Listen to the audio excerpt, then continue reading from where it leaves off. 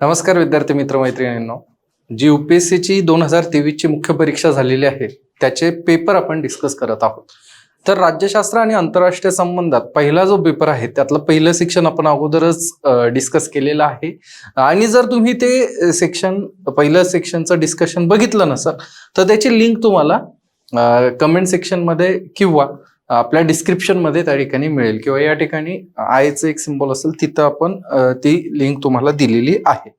आणि आता ही लिंक त्यावर जाऊन तुम्ही ते पेपर सेक्शन ए जे पेपर 1चं सेक्शन आहे ते तर बघणारच आहात. आणि आज जे आपण डिस्कस करणार आहोत ते आहे पेपर 1चं section B. Section B generally काय आहे याची आयडिया तुम्हाला सरासरी आलेलीच असेल. तर पहिला जर पेपरचं सेक्शन बी आहे ते भारतीय राजकारण आणि शासन प्रणाली या अनुषंगानं ते पहिलं पेपरचं सेक्शन बी आहे. तुम्हाला पेपरचे एक जनरल कसा सॉल्व्ह करायचा काय आणि त्याचा आपण इंट्रोडक्टरी लेक्चर टाकलेलं आहे ते टाकूयात.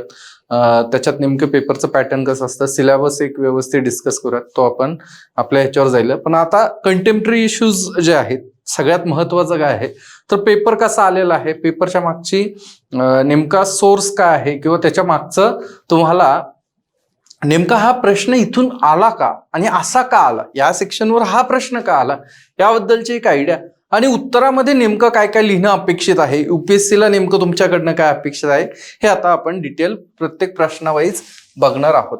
पहिला जो प्रश्न असतो पहिल्या सेक्शन मधला पहिला प्रश्न आणि दुसऱ्या सेक्शन म्हणजे सेक्शन बीचा हा जो 5वा प्रश्न आहे, हे दोन्ही प्रश्न कंपल्सरी आहे एवढी आयडिया तर तुम्हाला नक्कीच आली असेल. मागच्या लेक्चरमध्ये देखील आपण याच्यावरती डिटेल असं बोललेलो होतो. आणि आता पहिला जो 5वा जो प्रश्न आहे त्या 5व्या प्रश्नात काय आहे तर कमेंट ऑन, म्हणजे तुम्हाला कमेंट करायची आहे आणि 5 सब क्वेश्चन्स आहेत. त्या 5 सब क्वेश्चन्सवर तुम्हाला कमेंट करायची आहे, तुम्हाला त्याच्यात तुमचं मत देखील मांडायचं आहे आणि ती संकल्पना देखील ब्रीफमध्ये त्या ठिकाणी सांगायचं आहे, किंवा त्याच्या संदर्भातला जो डिस्कोर्स आहे तो डिस्कोर्स देखील तुम्हाला त्या ठिकाणी सांगायचा आहे. पहिला प्रश्न बघूयात आपण, ह्याच्यातला सब प्रश्न काय आहे. प्रत्येकाला 150 शब्द आहेत, 10 मार्क त्या ठिकाणी आहेत. 5 याचे 5 10 50 असे 50 मार्क ह्या 5व्या प्रश्नाला आहे आणि हा कंपल्सरी हा तुम्हाला लिहावाच लागतो. त्यामुळे ह्याच्यावर थोडं जास्त लक्ष त्या ठिकाणी तुम्ही देणं अपेक्षित आहे.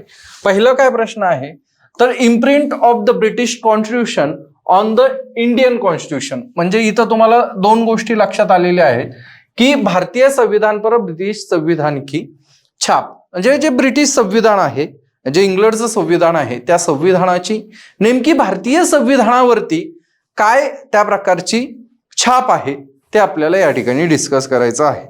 आता भारतीय संविधान आणि भारताचा स्वातंत्र्य लढा यांच्यामध्ये असलेले एक जे सहसंबंध आहे यातनं तुम्हाला तुमच्या उत्तराची हिंट त्या ठिकाणी मिळते. आता भारतीय संविधानावर बॉरोड कॉन्स्टिट्यूशन असं देखील त्या ठिकाणी कधी कधी टीका केली जाते. मग ह्या टीकेच्या अनुषंगानं तुम्हाला एक गोष्ट लक्षात घेणं गरजेचं आहे की भारतीय संविधान कसं ब्रिटिश इन्फ्लुएन्सचा आहे, ब्रिटिश संविधानाचा त्याच्यावर इन्फ्लुएन्स आहे ते तर तुम्हाला लिहायचंच आहे, परंतु शेवटाकडे तुम्हाला भारतीय संविधानातलं भारतीयत्व देखील लिहिणं त्या ठिकाणी गरजेचं आहे.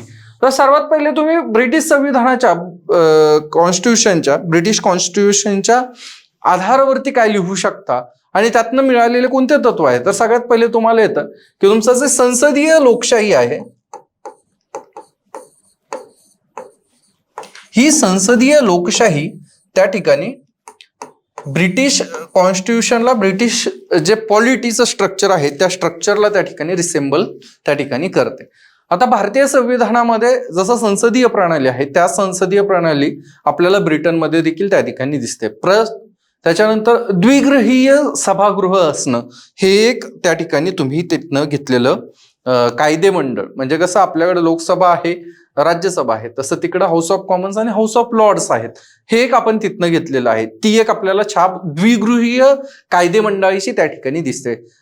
बायकॅमरल लेजिस्लेचर जे आहे ते आपल्याला ब्रिटिश संविधानामधनं आलेलं त्या ठिकाणी आपल्याला दिसतं. 1935चा जो कायदा आहे त्या 35च्या कायद्यावरती गव्हर्नमेंट ऑफ इंडिया ऍक्ट 1935 जो आहे 1935चा जो कायदा आहे तो ब्रिटिशांनी बनवलेला आहे आणि त्याच्यावरती ब्रिटिश संविधानिक मूल्यांचा देखील त्या ठिकाणी आपल्याला प्रभाव त्या ठिकाणी दिसतो. तिथं देखील तुम्ही त्याला कनेक्ट करू शकता. आणि त्या 1935च्या कॉन्स्टिट्यूशनचा जे राऊंड टेबल कॉन्फरन्सचं अपत्य होतं त्या कायद्याचा देखील भारतीय संविधानावरती बऱ्यापैकी प्रभाव आपल्याला त्या ठिकाणी दिसतो आहे.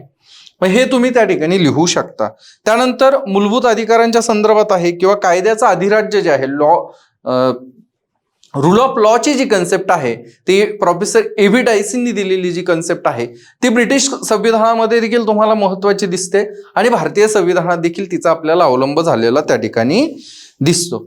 मग आता हे झालं ब्रिटिश संविधानाची काय छाप आहे, सिमिलॅरिटीज झालेल्या आहे. परंतु फक्त सिमिलॅरिटीज, फक्त साम्यस्थळे सांगून चालणार नाही. तर तुम्हाला त्याच्यामध्ये काही विरोधाभास आहे का किंवा त्याच्या व्यतिरिक्त काही आहे का ते देखील बघणं गरजेचं आहे.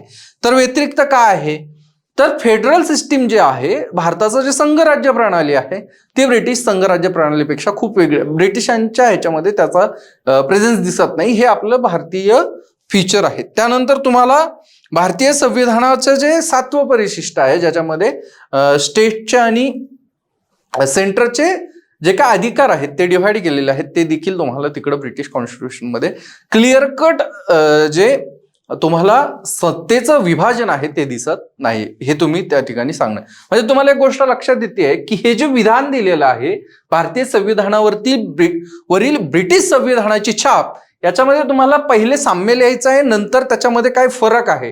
म्हणजे हा फरक लिहितानाच तुम्ही असं म्हणाल, असं तुमच्या ह्याच्यातनं उत्तरमधनं दिसून येतं की तुम्हाला भारतीय संविधानाचं आकलन आहे. आणि प्रश्न विचारण्याचं कारण देखील हेच आहे की तुमची आकलन काय आहे किंवा तुम्ही जे क्रिटिसिझम येतं भारतीय संविधानावरती त्याला तुम्ही कसं त्या ठिकाणी टॅकल करता. त्याच्यानंतर पुढचा जो प्रश्न आहे, एन्व्हायरमेंटलिझम ऑफ द पुअर, म्हणजे गरिबांचा पर्यावरणवाद, अशा प्रकारचा हा प्रश्न आहे आणि तुम्हाला कमेंट करायची आहे. आता तुम्हाला सगळ्यात पहिले एक कन्फ्युजन होईल की सर हे काय आहे. एक तर आम्ही एन्व्हायरमेंटलिझम बघतो आहोत, पर्यावरणवाद बघतो आहोत, परंतु ह्याच्यात असं काही स्पेसिफिकली तुम्हाला कुठं शिकवलं गेलं असणार आहे का. तर मी तुम्हाला गॅरंटी देऊ शकतो की जे बी क्लासेस होतात त्याच्यामध्ये गरिबांचं पर्यावरणवाद हे असं स्पेसिफिकली तुम्हाला शिकवलं जाणार नाहीये किंवा शिकवलं गेलं नसणार आहे. आता इथून पुढे तर शिकवलं जाणार, कारण प्रश्न आलेला आहे. आणि आता पर्यावरणवादाचा महिलांचा पर्यावरणवाद काय आहे, ट्रायबल्सचा पर्यावरणवाद काय आहे, या अनुषंगाने देखील तुम्हाला वेगवेगळ्या लेक्चर्समध्ये शिकायला मिळेल आणि आपण देखील ते त्या ठिकाणी नक्कीच कव्हर करू, कारण की ह्याच्यावर देखील प्रश्न येण्याची शक्यता त्या ठिकाणी आहे. परंतु मग आता हे काय आहे आणि ह्याच्यात तुम्ही काय लिहू शकला असता.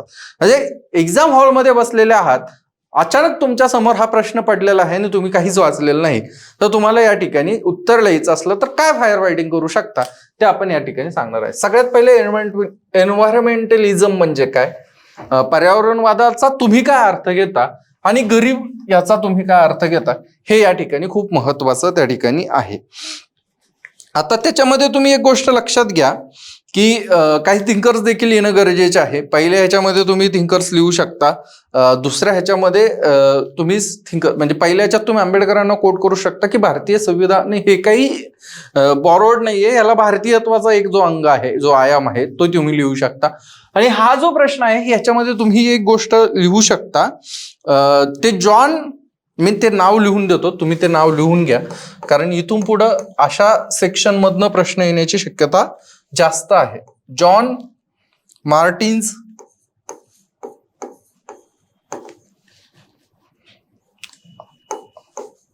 अलायर.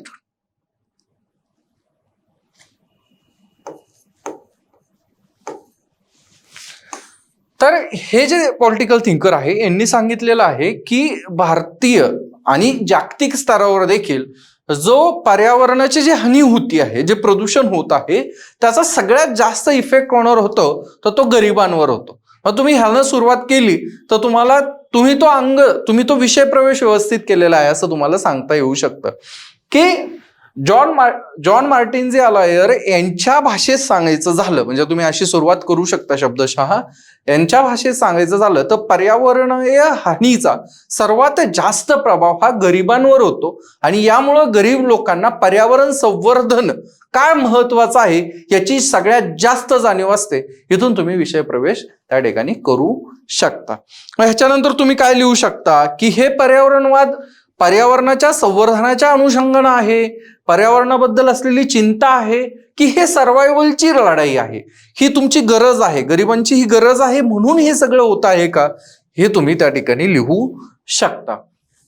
त्यानंतर मग आता तुम्हाला ह्याच्यामध्ये उदाहरणं देणं गरजेचं आहे. तर सगळ्यात पहिलं उदाहरण तुम्ही काय देऊ शकता, तर तुम्ही चिपको मुवमेंटचा रेफरन्स घेऊ शकता की चिपको मुवमेंट काय होती. तर हे तिथले जे ट्रायबल्स आहेत त्या बेल्ट मधले, त्यांनी त्या झाडांना दिलेलं ती जी काही मिठी आहे ते काय आहे, त्यांची ती आत्मीयता काय आहे. त्याच्यानंतर तुम्ही त्याला एपिको मुवमेंट सोबत जोडू शकता जे साऊथ मध्ये घडलेलं आहे. त्यानंतर तुम्ही त्याला नर्मदा बचाव आंदोलन आणि त्या नर्मदा ह्याच्यावरती नदीवरतीचा जो सरदार सरोवरचा प्रकल्प आहे आणि त्यातनं होणारं गरिबांचं विस्थापन आणि मग ह्या गरिबांच्या विस्थापनातनं त्यांच्या समोरचा जो काय प्रॉब्लेम आहे, सर्वायवलचा जो प्रॉब्लेम आहे, त्यांच्याकरता रोजीरोटीचा जो समस्या आहे आणि मग त्यातनं त्यांनी तो जो काही लढा दिलेला आहे. तर मग याला तुम्ही म्हणू शकता की गरिबांचं पर्यावरणवाद, गरिबांच्या निकडीतनं गरजेतनं आलेला हा पर्यावरणवाद आहे. आणि ह्याला काही मूल्यात्मक देखील अंग आहे, नैतिक देखील अंग आहे, प्लस त्यांच्या स्वतःच्या त्या आर्थिक आणि सामाजिक परिस्थितीचा देखील त्याच्यावरती प्रभाव त्या ठिकाणी झालेला आपल्याला दिसतो. आणि यातनं मग तुम्हाला ही पूर्ण कमेंट त्या ठिकाणी लिहिता येणार आहे. ह्याच्यानंतर पुढचा काय प्रश्न आहे, तर functions of district planning committee.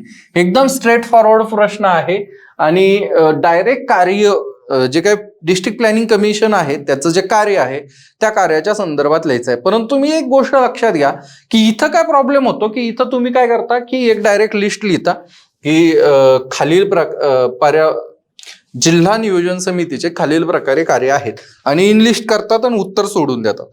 पण तुम्ही एक गोष्ट लक्षात घ्या की हा प्रश्न सुरुवात काय आहे, म्हणजे याचा मूळ प्रश्न काय आहे, कमेंट करायची आहे. तुम्हाला फक्त डिस्ट्रिक्ट प्लॅनिंग कमिशनचे कार्य सांगायचे नाही आहे, त्याच्यावरती तुम्हाला कमेंट करायचे आहे की ते कार्य इफेक्टिव्हली पूर्ण होत आहेत का, किंवा त्या कार्यांमध्ये काय परिणाम, त्यामध्ये आणखीन काय इम्प्रूव्हमेंट करू शकता. अशा प्रकारची तुमची कमेंट येणं खूप गरजेचं आहे. जर तुम्ही फक्त कार्य लिहिले तर तुम्हाला 2 मार्काच्या वरती मार्क मिळणार नाहीये. तुम्हाला त्याच्यावरती तुमची काय कमेंट आहे, तुमचा काय टेक आहे ते लिहिणं देखील त्या ठिकाणी गरजेचं आहे.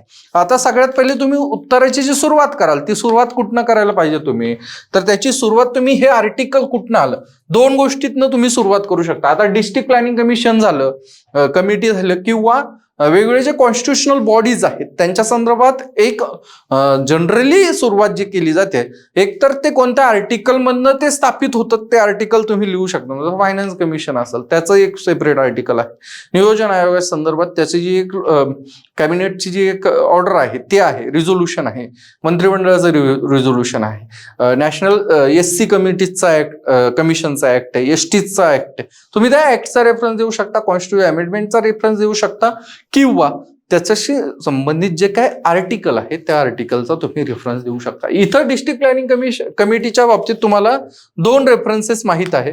एक तर तुम्हाला त्याची 73rd जी कॉन्स्टिट्युशन अमेंडमेंट आहे ती तुम्हाला त्या ठिकाणी माहित आहे. त्याच्यानंतर तुम्हाला आणखीन काय माहित आहे, तुम्हाला 243 ZD हे जे आर्टिकल आहे ह्या 2 फॅक्ट्स तुम्हाला माहित आहे. ह्या फॅक्ट्सनी सुरुवात करण्याचा एक फायदा होतो की समोरच्या एक्झामिनरला कळतं की तुम्ही डिस्ट्रिक्ट प्लॅनिंग कमिशन वाचलेलं आहे आणि तुम्हाला ह्याची पुरेशी आयडिया आहे की याच्यात काय आहे. मग इथनं त्याचा तुमच्या उत्तराकडे बघण्याचा दृष्टिकोन बदलतो.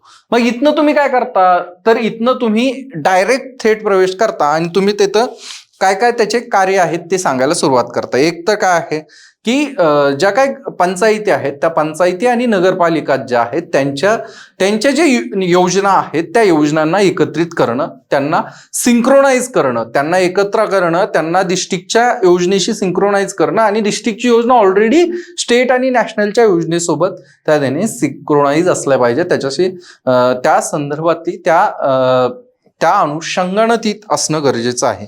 तसेच मग तुम्ही काय आणखीन एक काय असतो तो जिल्हा विकास आराखडा, जो काही डिस्ट्रिक्ट प्लॅन जो बनवला जातो आहे तो आराखडा एक आहे, डिस्ट्रिक्ट डेव्हलपमेंट प्लॅन एक आहे. त्याच्यानंतर तुम्ही काय करणार की त्याच्यामधनं यातल्या आता एक काही तुम्हाला लेक्चर सांगतील की यातले सबसेक्शन्स देखील तुम्हाला माहित असायला पाहिजे. ZD1 ZD2, तर हे तुमच्याकडे किती फिजिबल आहे आणि तुम्ही ते लिहू शकता का यापेक्षा, आणि ते तुमच्याशी कन्फ्यूज होणार नसल तर तुम्ही ते लिहा. आता डिस्ट्रिक्ट प्लॅनिंग कमिटीचा आलाय तर मेट्रोपॉलिटन जे महानगरांच्या संदर्भातल्या प्लॅनिंग कमिटीज आहेत त्या देखील तुम्हाला करणं गरजेचं आहे.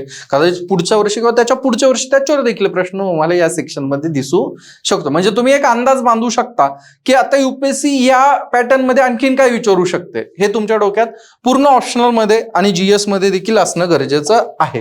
तर ह्याच्यामध्ये तुम्ही 73rd आणि कॉन्स्टिट्यूशन अमेंडमेंटच्या संदर्भामध्ये डिस्ट्रिक्ट प्लॅनिंग कमिटीला त्या ठिकाणी लिहिताना तुम्ही त्यातले एक पहिलं आलं की पंचायत आणि नगर परिषद यांचे योजना एकत्र करणे, त्यांना सिंक्रोनाइज करणं, त्याच्यानंतर जिल्हा विकास आराखडा तयार करणं, जे काही संसाधनं आहेत त्या संसाधनाचं व्यवस्थित वितरण करणं, निरीक्षण करणं, वेगवेगळ्या ज्या योजना आहेत त्या योजनांचं निरीक्षण करणं, त्यांची अंमलबजावणी किती झाली आहे ते बघणं, त्याचं मूल्यमापन करणं, या सगळ्या गोष्टी तुम्हाला त्या ठिकाणी लक्षात येतात. किंवा विकेंद्रित जो शासन व्यवहार आहे, डिसेंट्रलाइज गव्हर्नन्स आहे, ते देखील ते त्यातनं district planning commission committees through त्या ठिकाणी समितींच्या आधारे केलं जाऊ शकतं. मग आता तुम्ही ह्याच्यामध्ये त्याच्यात जे मूल तत्व आहे ते सहभागात्मक नियोजन आहे. कारण की जेव्हा 4/5 जे मेंबर्स असतात ते इलेक्टेड रिप्रेझेंटेटिव्ह मधनं आलेले असतात. जिल्हा स्तरावरच्या इलेक्टेड रिप्रेझेंटेटिव्ह मधनं जे काही निवडून आलेले लोक आहेत त्यांच्यातनंच असतात. त्यामुळे ते सहभागात्मक नियोजन त्या ठिकाणी आहे. मग तुम्ही त्याला आता क्रिटिसिझम मध्ये देखील लिहू शकता की त्याची जी डीपीडीसीचं जे काही हे आहेत प्रमुख कोण असतात, मग ते पालकमंत्री असतात, मग त्यात पॉलिटिसायझेशनचा एक मुद्दा आहे. त्याच्यानंतर तुम्ही जे काही योजना बनत आहेत त्या योजना कोणत्या सेक्शनला जुक्त माप देत आहे, त्याच्यात न्यूट्रॅलिटीची कन्सेप्ट आहे का, राजकीय इन्फ्लुएन्स जास्त दिसतो आहे का, ऍडमिनिस्ट्रेटिव्ह कंट्रोलच्या बाबतीत काय आहे, आणि डिसेंट्रलाइज जर तुम्हाला करायचं आहे तर इम्प्लिमेंटेशन करता स्पेशलाइज असे एजन्सी आहेत का, अशा प्रकारची एक तुम्ही त्या ठिकाणी कमेंट त्या ठिकाणी करू शकता. याच्यानंतर पुढचा जो प्रश्न आहे तो आहे सत्याग्रह अँड इंडियन नॅशनलिझम. आता भारतीय राष्ट्रवाद ही खूप चर्चेतली गोष्ट आहे, तुम्हाला ही गोष्ट लक्षातच येत आहे. आणि त्याच्यानंतर सत्याग्रह. आता भारतीय राष्ट्रवाद काय आहे आणि भारतीय राष्ट्रवादाचे मूळ कुठनं येतात हे खूप महत्वाचं आहे. तुम्ही पहिल्या पेपरमधल्या पहिल्या सेक्शनमध्ये आपण बघितलंय की अरविंदोंचा जो स्वराज्य आहे तो कल्चरल नॅशनलिझमकडे घेऊन जाणार आहे, जो रवींद्रनाथ टागोरांच्या नॅशनलिझमच्या कन्सेप्टच्या जवळपास जाणारा त्या ठिकाणी आहे. मग आता सेकंड सेक्शनमध्ये इमिडिएटली तुम्हाला सत्याग्रह आणि इंडियन नॅशनलिझमला त्या ठिकाणी जोडण्याकरिता त्यांनी विचारलेलं आहे. तर सत्याग्रह एकतर 2 प्रिन्सिपलवर आधारित आहे. सत्याग्रह कोणत्या प्रिन्सिपलवर आधारित आहे तर एक आहे सत्य आणि दुसरं आहे अहिंसा. आणि तुम्हाला भारतीय राष्ट्रवादाच्या संदर्भामध्ये जे युरोपियन क्रिटिक आहे इंडियन नॅशनलिझमचं, तर युरोपियन लोकांनी ज्यावेळेस सांगितलं की आम्ही भारताला युरोपियन जो पर्स्पेक्टिव्ह आहे भारताकडे बघण्याचा, त्याच पर्स्पेक्टिव्ह मध्ये भारताला देश समजत नाही, देश किंवा राष्ट्र हेच आम्ही समजत नाही, इथून ती सुरुवात त्या ठिकाणी तुम्हाला लक्षात येते. त्यानंतर मग जे काउंटर आलेलं आहे ते काउंटर भारताच्या जी काय आध्यात्मिक किंवा जी काय पुरातन जी संस्कृती आहे, जे जाज्वल्य असे स्फूर्तीस्थान आहे तिकडे जाणारा तो राष्ट्रवाद आहे. आणि तिथनं ते भारतीयत्व च्या मुळाकडे जाणारा तो राष्ट्रवादी विचार आहे, तो राष्ट्रवादाची मांडणी आहे. कालांतराने ह्या राष्ट्रवादाच्या मांडणीमध्ये वेगवेगळे घटक तुम्हाला इन्फ्लुएन्स करताना दिसतात आणि विशेषतः त्यावरती सगळ्यात महत्वाचा जो प्रभाव आहे तो भारतीय राष्ट्रीय स्वातंत्र्य लढ्यातील वेगवेगळ्या फेजेसचा आहे. म्हणजे सुरुवातीच्या काळात मवाळ आहेत, त्याच्यानंतर जहालांनी कोणत्या प्रकारच्या गोष्टींकडे घेऊन गेलेले आहेत, हे सगळं तुम्ही इतिहासामध्ये शिकलेलेच असाल. पण आता तुम्हाला इथं प्रश्न काय आहे तर सत्याग्रह आणि इंडियन नॅशनलिझम ह्या गोष्टींची तुम्हाला त्या ठिकाणी सांगड घालायची आहे. आता ह्याच्यामध्ये एक थिंकर आहेत, त्यांनी सत्याग्रहाच्या बाबतीत खूप इंटरेस्टिंग गोष्ट मांडलेली आहे आणि ते आहे इरिक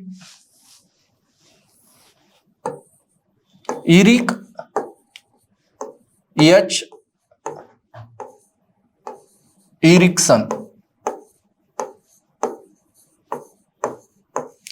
तर इरिक्सन काय सांगतात? इरिक्सन म्हणतात की तुम्ही म्हणजे महात्मा गांधींनी जो काही सत्याग्रह ही जी संकल्पना आहे त्या संकल्पनेला जे काही अधिष्ठान दिलेलं आहे किंवा ती जी काही ती एक संकल्पना आलेली आहे आणि तिच्या आधारे स्वातंत्र्य लढा लढणं हे काय आहे, तर हे एक त्या ठिकाणी मॉरल क्वेस्ट आहे असं त्यांनी त्या ठिकाणी सांगितलेलं आहे. आता मॉरल क्वेस्ट म्हणजे काय, तर ही सत्याग्रह ही भारतीयांनी एक नैतिक शोध त्या ठिकाणी घेतलेला आहे.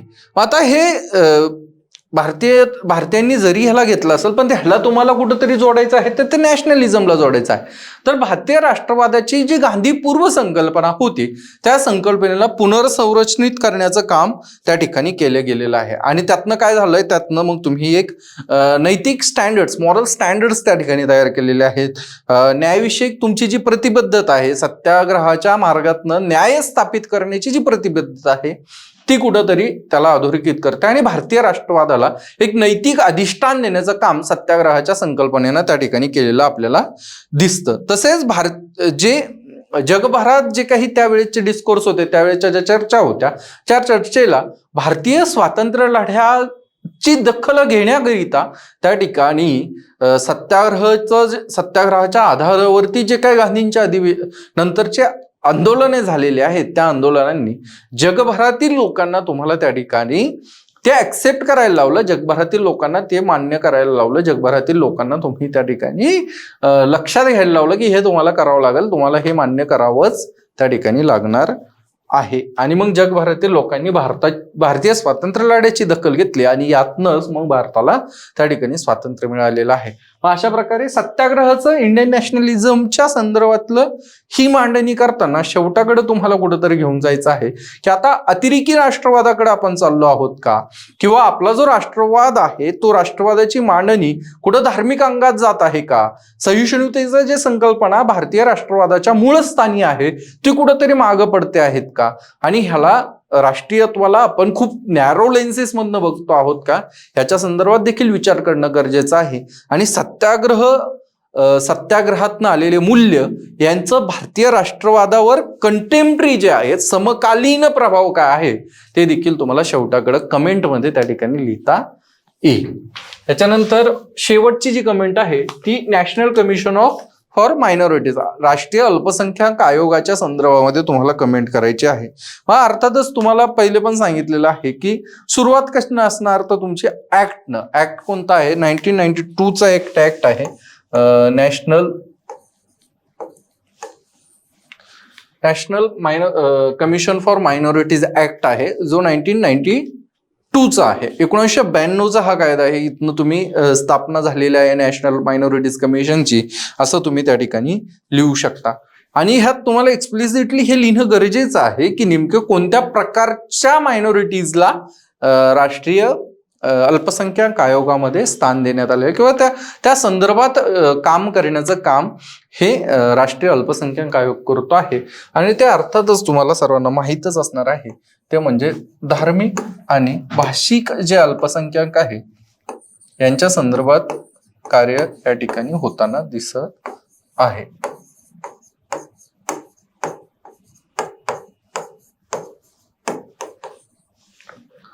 आता ह्या अल्पसंख्याकांच्या संदर्भामध्ये कार्य करताना नेमकं काय काय करतं NCW, तर ते NCM, तर नॅशनल मायनॉरिटीज कमिटी काय करतं की डेटा कलेक्शन करणं, ज्या काही ग्रीव्हन्सेस आहेत, ज्या काही अडचणी आहेत, ज्या काही कंप्लेंट्स आहेत मायनॉरिटीच्या, त्या कंप्लेंट्सला दखल घेणं, त्यांच्या संदर्भात कार्य करणं, हे काम त्या ठिकाणी नॅशनल मायनॉरिटीज कमिशन आपल्याला करताना दिसत आहे. मग त्यानंतर त्यांच्यामध्ये नेमकं जी काय भूमिका आहे ती भूमिका काय आहे, तर केंद्र सरकारला सल्ले देणं, राज्य सरकारना जिथं त्यांनी मागितले तिथं सल्ले देणं आणि ह्या सल्ल्यांच्या मार्फत अल्पसंख्याकांचे जे काही हितसंबंध आहे ते साध्य करणं, त्यांना त्या ठिकाणी न्याय देण्याचं काम त्या ठिकाणी करणं. तसेच जे गव्हर्नमेंट पॉलिसीज आहेत, धोरणं आहेत, शासकीय धोरणं आहेत, त्या धोरणांवरती प्रभाव त्या ठिकाणी नॅशनल कमिशन फॉर मायनॉरिटीज त्या ठिकाणी पाडताना दिसतो. पण आता ह्याचं एक क्रिटिक देखील आहे, आणि ते क्रिटिक का गरजेचं आहे, कारण तुम्ही इथं कमेंट करत आहात, तुम्हाला काही एक्सप्लेन करायचं नाही की त्यांचे कार्य सांगायचे नाही, इनलिस्ट करायचे नाहीये. कमेंट हा जो कीवर्ड आहे या प्रश्नातला, तो तुम्हाला त्या ठिकाणी त्याचं क्रिटिक काय आहे ते देखील सांगण्याकरता कारणीभूत ठरतो आहे. मग आता ह्याच्यातलं क्रिटिक काय आहे, तर जे काही सल्ले अल्पसंख्याक आयोग केंद्र सरकारला देतोय किंवा विविध राज्य सरकारांना देतो आहे, तर त्याला कधी कधी इग्नोर केलं जातं, त्याला दुर्लक्षित केलेलं जातं. मग आता ह्याच्याकरता काही तुमच्याकडे मेकॅनिझम नाहीये, म्हणजे तुम्ही फक्त सल्ले द्या. सल्लागाराच्या भूमिकेमध्ये कुठंतरी संविधानिक एक आयोग तुम्ही तिथं घेऊन चाललेला आहात, असं त्या ठिकाणी तुम्ही सांगू शकता. आता फक्त सल्ले देणं आणि त्या सल्ल्यांवर काहीच न होणं हा देखील एक प्रॉब्लेमॅटिक आहे, आणि ही तुमच्या कमेंटमध्ये येणं गरजेचं आहे. तसेच मग त्याच्यावर उपाय काय आहे, तर तुम्हाला जास्तीत जास्त ऑटोनॉमी देण्याची गरज आहे. इन्स्टिट्यूशनलायझेशन जे आहे ते खूप चांगल्या प्रकारे होणे गरजेचं आहे, आणि काही अशा प्रोव्हिजन्स असल्या पाहिजेत की ज्या कंपल्सरी त्या ठिकाणी अंमलात आणणं गरजेचं आहे. म्हणजेच तुम्ही त्यांना जास्तीत जास्त अधिकार देत आहात, आणि जास्तीत जास्त अधिकार देऊन अल्पसंख्याकांच्या सर्वांगीण विकासाकरिता तुम्हाला कुठेतरी हातभार लावणं गरजेचं त्या ठिकाणी आहे. अशा प्रकारे तुमची ही कमेंट त्या ठिकाणी परिपूर्ण होईल, आणि तुम्हाला 5 ते 6 मार्क त्या ठिकाणी मिळेल. आणि 10 पैकी 5 ते 6 हे टॉपर्सचे मार्क आहेत, हे हायेस्ट मार्क आहे. याच्यावरती म्हणजे तुम्हाला माहित आहे की 300 स्कोर हा खूप भारी समजला जातो. तुम्हाला जर 50% दिलं 125 तर तुम्ही काही प्रश्नांमध्ये 2-4 मार्क्स वाढवून तुम्ही 150 पर्यंत जाता. 150 प्लस 150 असं 300 मार्क्स येणं हे एक टार्गेट असलं पाहिजे की 300 मार्क तुम्हाला ऑप्शनल मध्ये त्या ठिकाणी काढायचे आहे. आणि ते ह्या ज्या कमेंट आहेत त्याच्यात 6-7 असे 6 मार्क, आणि जे मोठाले प्रश्न आहेत 20 मार्क त्याच्यात 12 मार्क वगैरे काढले तर तुम्हाला ते मार्क्स इझिली अचिवेबल त्या ठिकाणी आहे. त्यानंतर आता हा 20 मार्काचा प्रश्न आहे, तो आपण या ठिकाणी बघणार आहोत. त्याच्यात नेमकं काय अपेक्षित आहे आणि ते काय कोणत्या बाजूला घेऊन जाणारा तो प्रश्न आहे. 6A हा जो प्रश्न आहे तो आपल्याला सांगतो की discuss major provisions of 74th constitutional amendment act. Do you think that act remains an unfulfilled dream? Argue your केस.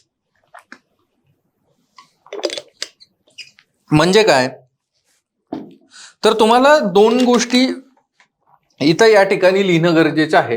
एक तर तुम्हाला सर्व प्रोव्हिजन्स लिहायचे नाही आहेत, मेजर प्रोव्हिजन्स लिहायचे आहेत, महत्वाच्या तरतुदी लिहायच्या आहे. आणि कशाच्या, तर 74th कॉन्स्टिट्यूशनल अमेंडमेंट म्हणजे 74वी घटना दुरुस्ती आहे, तिच्या महत्वाच्या तरतुदी लिहायच्या आहे. आणि त्याच्यावरती तुमची एक कमेंट आहे असावी हवी, ती काय, do you think that the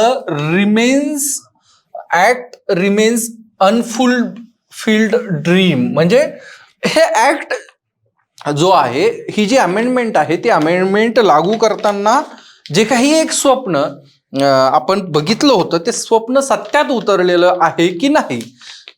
इथं तर टोन असा आहे की उतरलेलं नाहीये बाबा. तर तुमचं काय म्हणणं आहे याच्यावरती, तुमचे आर्ग्युमेंट काय आहे ते तुम्हाला त्या ठिकाणी लिहिणं गरजेचं आहे. आता ऍक्च्युअली इथं तुम्ही असं म्हणू शकत नाही नाही फुलफिल झालेलं ड्रीम असं तसं नाही. इथं अनफुल ड्रीम हे स्टेटमेंट आहे. Do you think that act remains an unfull dream आणि आर्ग्यू युअर गेस. मग तुम्ही इथं म्हणू शकता, कारण तुमचा जर स्टँड असला तर मग तुम्हाला ते प्रूव्ह करावं लागेल की कसं ते ड्रीम फुलफिल झालंय. आणि जर टोनच असा आहे की तो क्वेश्चन करतो आहे तर सहसा टोनच्या सोबत जाणं कधीही प्रेफरेबल आहे. मग तुम्हाला ते अनफुलफिल्ड ड्रीम हे एक्सप्लेन करणं गरजेचं आहे आणि त्याचे आर्ग्युमेंट तुम्हाला देणं गरजेचे आहे. आता तुम्ही एक गोष्ट लक्षात घ्या की 73rd आणि 74th ज्या कॉन्स्टिट्यूशनल अमेंडमेंट आहेत त्या का आलेल्या आहेत आणि त्याच्या मागचं जे मूळ आहे ते काय आहे.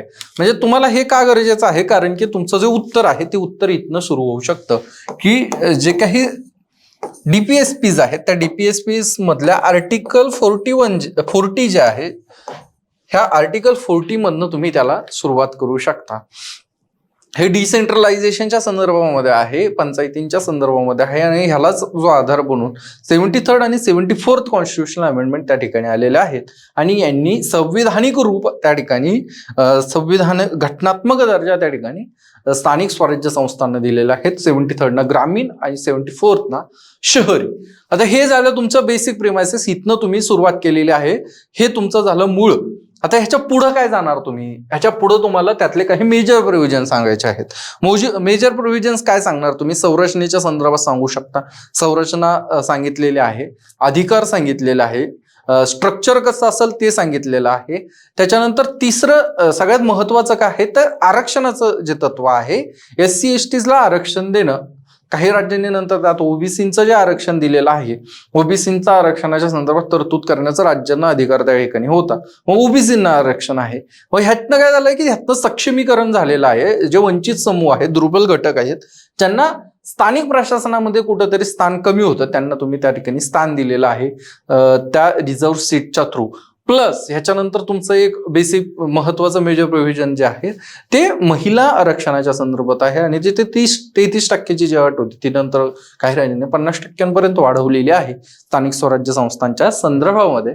तर मग तुम्ही ते एक मेजर प्रोव्हिजन्स त्या ठिकाणी लिहू शकता. त्याच्यानंतर तुम्ही काय मेजर प्रोव्हिजन्स लिहू शकता की कार्यक्षेत्र डिफाईन आहे, अधिकार काय आहेत ते डिफाईन आहे, मेट्रोपॉलिटन सिटीच्या संदर्भातलं काय, नियोजनाच्या संदर्भात काय आहे, हे मेजर त्या ठिकाणी तुम्हाला लिहिता येऊ शकतात. मग आता हा झाला पहिला पार्ट, ह्याच्यामध्ये तुमचे 10 मार्क कव्हर झालेले आहेत असं आपण या ठिकाणी म्हणू शकतो की 10 मार्कामध्ये तुम्ही मेजर प्रोव्हिजन्स लिहिलं आहे, इंट्रोडक्शन केलेलं आहे. उरलेले 10 मार्क कुठं जाणार तुमचे, तर उरलेले 10 मार्क तुम्हाला हे अनफुलफिल्ड ड्रीम आहे का, हे पूर्ण न झालेलं स्वप्न आहे का, अपूर्ण स्वप्न आहे का, ह्याच्यावरती आर्ग्युमेंट करायचे आहे.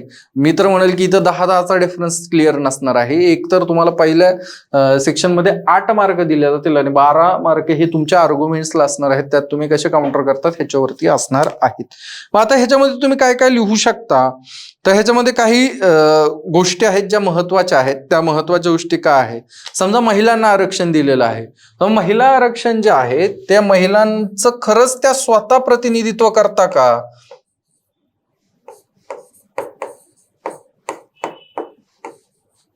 हा एक महत्वाचा प्रश्न या ठिकाणी तुम्ही विचारू शकता. म्हणजे हे स्वप्न पूर्ण झालेलं आहे का, हा एक प्रश्न तुम्ही त्या ठिकाणी लिहू शकता. नामधारी प्रमुख म्हणजे तुम्ही ते सरपंच पती, सरपंच नगरसेवक ह्या ज्या कन्सेप्ट असलेल्या आहेत त्या देखील तुम्ही त्या ठिकाणी लिहू शकता. त्यानंतर स्वायत्तता खरंच त्या प्रमाणात आहे का, या ज्या काही बॉडीज आहेत त्यांना आहे का, आणि यांचं जे काही वित्तीय सक्षमता आहे का, हे देखील तुम्ही तिथं क्वेश्चन मार्क करू शकता. त्यानंतर तुम्ही आणखीन अनफुलफिल्ड ड्रीम मध्ये तुम्ही जर थिंकर्स लिहायचे ठरवले, तुम्ही जर स्कॉलर्स लिहायचे ठरवले, तर KC शिवरामकृष्णन जे आहेत त्यांनी सांगितलेलं आहे की तुम्ही कॅपॅसिटी बिल्डिंग वरती त्या ठिकाणी खूप कमी प्रमाणात लक्ष दिलेलं आहे. ज्या ULBs आहेत, ज्या अर्बन लोकल बॉडीज आहेत, त्यांच्या कॅपॅसिटी बिल्डिंग वरती त्या ठिकाणी कमी प्रमाणात लक्ष दिल्या कारणानं त्या ठिकाणी त्यांचं ते जे काही ते ध्येय घेऊन चाललेले होते त्या ध्येयाला पूर्ण करण्यामध्ये कुठंतरी कमतरता आलेली आहे. प्लस तुम्ही आणखीन एक रिसेंट मध्ये आता तुम्ही हा जो प्रश्न आलेला आहे ULBचा, हा प्रश्न तुम्हाला कुठून म्हणजे ह्याचं मूळ काय असू शकतं हे जर तुम्ही लक्षात घ्यायचं असेल तर तुम्ही एक गोष्ट लक्षात घ्या, किंवा तुम्ही हे जरी मूळ नसलं तरी तुम्ही ह्याला जोडू शकता. ते म्हणजे काय की महाराष्ट्रामध्ये कोविडोत्तर काळामध्ये जे काही सत्ता बदल झाले, जे काही डायनामिक्स झाले, त्यामध्ये ULBs आणि PRIs म्हणजे जे काही पंचायत राज इन्स्टिट्यूशन्स आहेत किंवा अर्बन लोकल बॉडीज जे आहेत यांचे इलेक्शन झालेले नाहीत, नेहमी कंटिन्युअसली पोस्टपोन्ड होत आहेत आणि प्रशासका थ्रू राज्य सरकार इथं ह्या बॉडीजवरती कंट्रोल मिळवत आहे. मग हे डिसेंट्रलायझेशन जे पॉवर आहे त्याचं कुठंतरी कॉम्प्रोमाइज आहे का, आणि ह्यातनं मग तुम्ही त्या नियमित इलेक्शनचं जे तत्व आहे ते फॉलो होत नाहीये हे देखील तुम्ही त्या ठिकाणी लिहू शकता. मग अशा प्रकारे तुमची ही जी आर्ग्युमेंट आहे ती आर्ग्युमेंट तुम्ही त्या ठिकाणी कन्क्लूड करू शकता आणि याला बऱ्यापैकी तुम्हाला 10 ते 12 मार्क त्या ठिकाणी मिळू शकतात, कारण तुम्ही ह्याच्यातले सगळे डायमेन्शन्स कव्हर केलेले आहेत. कधी कधी काय होतं की माणूस अर्ध्याच ह्याच्यामध्ये म्हणजे मेजर प्रोव्हिजन सांगितले, मेजर प्रोव्हिजन्स लिहिणार, फायदे तोटे लिहिणार आणि संपून टाकणार, पण तुमचा मेजर जो पोर्शन आहे प्रश्नाचा तो तुम्ही लिहायला पाहिजे की हे स्वप्न पूर्ण झालेलं आहे का, ह्याच्यावर तुमचा भर या ठिकाणी या प्रश्नामध्ये असणं गरजेचं आहे. पुढचा 6B जो आहे तो 6B काय आहे, हाऊ डज नीती आयोग, प्रश्न कशा संदर्भात आहे, नीती आयोगच्या. As a policy think tank with shared vision visualize the reorganization of planning in India, justify your answer. म्हणजे काय, नीति आयोग एक साझा दृष्टिकोन के साथ पॉलिसी थिंक टैंक के रूप में भारत की योजना के पुनर्गठन की कल्पना कैसे करता है. म्हणजे भारताचं जे नियोजन आहे, नियोजनाचं जे धोरण आहे, त्या नियोजनाच्या धोरणाच्या अनुषंगानं तुम्हाला हा प्रश्न लिहिणं गरजेचं आहे. आणि ह्यात नीती आयोग जो आहे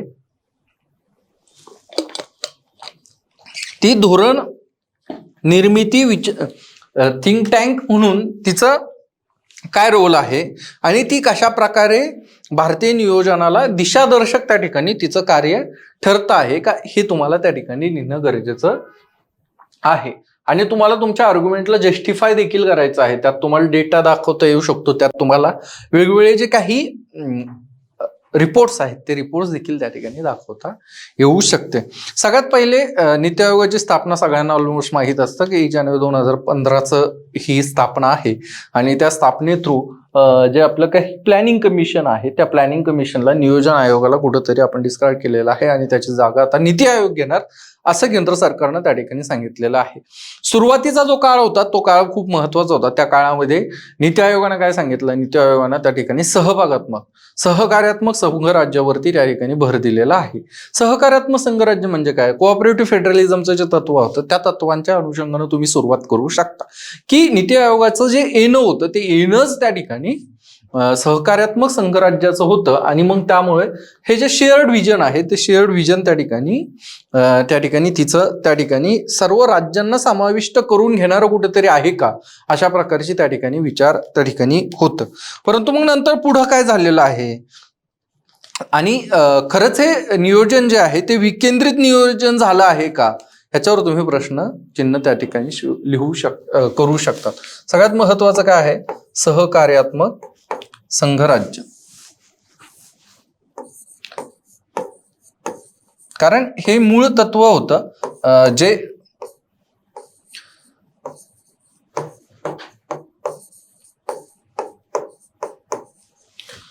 सहकारात्मक संघराज्य हे मूळ तत्व का होतं, कारण की जे आपलं सुरुवातीचं जे ध्येय धोरण होतं त्या ध्येय धोरणामध्ये राज्यांचा समावेश, प्लॅनिंग कमिशन मध्ये राज्यांचा सहभाग नव्हता. तर कोऑपरेटिव्ह फेडरलिझमच्या प्रिन्सिपलवर आधारित नीती आयोग टीम इंडियाची जी कन्सेप्ट घेऊन आलं होतं तर ह्याच्यामध्ये राज्यांना एक महत्व देण्यात येईल असं सर्वांना वाटत होतं. परंतु कालांतरानं ते होताना दिसत नाहीये. युनिलॅटरली कुठंतरी वर्किंग होते आहे का, आणि डिपार्टमेंट स्पेसिफिक जी वर्किंग होते आहे त्यातनं मग एक सिंक्रोनाइज असं प्लॅनिंगचं कुठंतरी कमी होतंय का, हे तुम्हाला या प्रश्नाच्या उत्तरामध्ये त्या ठिकाणी लिहिता येऊ शकतं. तसेच हे जे विकेंद्रीकरण आहे, धोरणात्मक विकेंद्रीकरण होत आहे का नाही, कारण आपली पॉलिटी काय आहे तर पॉलिटी आर्टिकल 1 तुम्हाला संघराज्याकडे घेऊन जाणारे आहे. आर्टिकल 243 ही विकेंद्रीकरणाची आहे, सत्ता विभाजनाच्या संदर्भातली आहे. त्याच्यानंतर तुमचं ज्या कॉन्स्टिट्युशनल अमेंडमेंट आहे 73, 74 ज्या आहे त्या तुम्हाला कुठेतरी पूर्ण स्ट्रक्चर, पॉवर स्ट्रक्चरच्या डिसेंट्रलायझेशनला इन्स्टिट्यूशनलाइज करणाऱ्या आहेत, त्याला संस्थात्मक रूप देणाऱ्या आहेत. मग ह्या प्लस तुमचं नीती आयोग जे केंद्राला टॉपमध्ये केंद्रात बसलेलं आहे आणि ते तुम्हाला काहीतरी सांगताय. मग त्याच अनुषंगाने तुम्ही एक बघू शकता की महाराष्ट्रामध्ये मित्राची जी कन्सेप्ट आलेली आहे की मित्रा थ्रू आपण नीती आयोगाच्या पॅरलल अशी एक बॉडी तयार करतो आहोत. मग हे काय झालं तर हे राज्य स्तरावरती देखील आता प्लॅनिंगचं डिसेंट्रलायझेशनकडे जाणार आहे, ही एक स्टेप त्या ठिकाणी आहे. हे बेस्ट एक्झाम्पल होतं, हे तुम्ही लिहू शकला असता आणि ह्यातनं तुम्हाला चांगले मार्क्स देखील त्या ठिकाणी भेटले असतील. आता जॉर्ज मॅथ्यूज म्हणून एक स्कॉलर आहेत, ते काय सांगतात की जे सुरुवातीचं म्हणजे त्यांचं आकलन जे आहे नीती आयोगाचं ते डिफरंट आहे आणि ते इंटरेस्टिंग आहे, ते ह्या प्रश्नाकडे घेऊन जाणार आहे. जॉर्ज मॅथ्यूज जे आहेत, हे पुसतो मी, इथं स्पेस कमी आहे प्रश्न मोठा असल्यानं. तर जॉर्ज मॅथ्यूज काय सांगतात की हे म्हणतात की सुरुवातीला जे होतं, सुरुवातीचं जे प्लॅनिंग कमिशन होतं ते केंद्रीकृत होतं आणि ह्या केंद्रीकृत असल्या कारणानं ह्यातनं जे काही नियोजन बनायचं हे सेंटर बनवायचं आणि राज्यांना ते फॉलो करावं लागायचं आणि त्यानुसारच फंड जे डिस्पर्स होत होते. परंतु आता नीती आयोग जे आलेलं आहे ते नीती आयोग काय करत आहे, यांच्या म्हणण्यानुसार, जॉर्ज मॅथ्यूज यांच्या म्हणण्यानुसार ते एकतर सहकार्यात्मक आहे तसेच ते सहभागात्मक देखील आहे. ते राज्यांना सहभागी देखील करून घेतात. पण हे ऍक्च्युअल मध्ये होत आहे का याच्या बद्दल देखील दुमत त्या ठिकाणी आहे आणि ह्याच्यावरती प्रचंड प्रमाणात डिबेट त्या ठिकाणी आहे. पण त्यातनं मग तुम्हाला कन्क्लुजनला तुम्ही असं लिहू शकता की जे काही आहे नीती आयोग आहे, नीती आयोगानं जे काही 3 वर्ष आहे, 7 वर्ष आहे, हे जे नियोजन हे जे प्लॅन्स तयार केलेले आहेत, हे प्लॅन्स नक्कीच पंचवार्षिक नियोजनाला कुठंतरी रिऑर्गनाइज करणारे आहेत, रिशेप करणारे आहेत. तसेच जे काही ऍडवायझरी भूमिका आहे नीती आयोगाची, त्या ऍडवायझरी भूमिकेतनं आणि त्याच्या जे इंडायसेस आहेत, वेगवेगळे इंडायसेस आहेत, वेगवेगळे रँकिंग आहेत, यातनं धोरणात्मक दृष्ट्या राज्यांना कसं सक्षमीकरणाकडे घेऊन जाणार आहे किंवा राज्यांना ते फॉलो करण्याकरिता त्याला एक समान पातळीवर आणण्याकरता, एका समान मानदंडावर आणण्याकरिता कसं महत्वाचं आहे हे देखील तुम्ही कन्क्लुजन मध्ये त्या ठिकाणी लिहू शकता. 6वा C हा जो प्रश्न आहे तो प्रश्न अर्थात 15 मार्काचा प्रश्न आहे आणि तो प्रश्न काय सांगतो, the constitution of India is a cornerstone of a nation. Granville Austin जे आहेत त्यांचं हे विधान आहे. ऍक्च्युली त्यांचं विधान म्हणण्यापेक्षा हे जे आहे ते एक पुस्तक आहे, the constitution of India. The constitution of India is a cornerstone of nation असं हे पुस्तक आहे.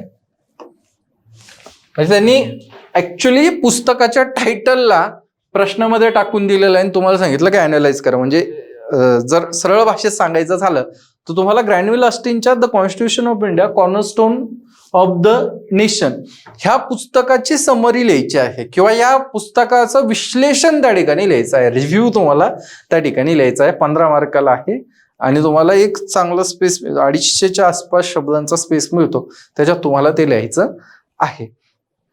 आता नेमकं भारतीय संविधान आणि राष्ट्रकीय आधारशिला, भारताचं देशाचं एक आधार काय आहे. पण तुम्हाला इथं लक्षात येतं की एखाद्या देशाची आधारशिला काय असू शकते, तर ते तुम्हाला डिकोड करणं गरजेचं आहे. भारतीय कॉन्स्टिट्यूशन सगळ्यांना माहित आहे. आधारशिलेच्या संदर्भात जर तुम्ही बोलला तर तात्विक आधारशिला काय आहे,